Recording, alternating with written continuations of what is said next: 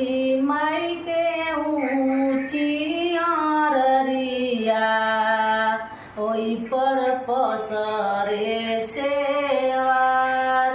Copy copy बोलेली छठी हो मैया सुन सेवा खायर जहामार के मोरे घाट केही हटइहे सेवार हाथ जोड़ी बोले न विशाल सेवा खा सुनिए छठी माय हमारो रे घाट बनाइबो हम हटइबे सेवार सुनिए छठी माँ।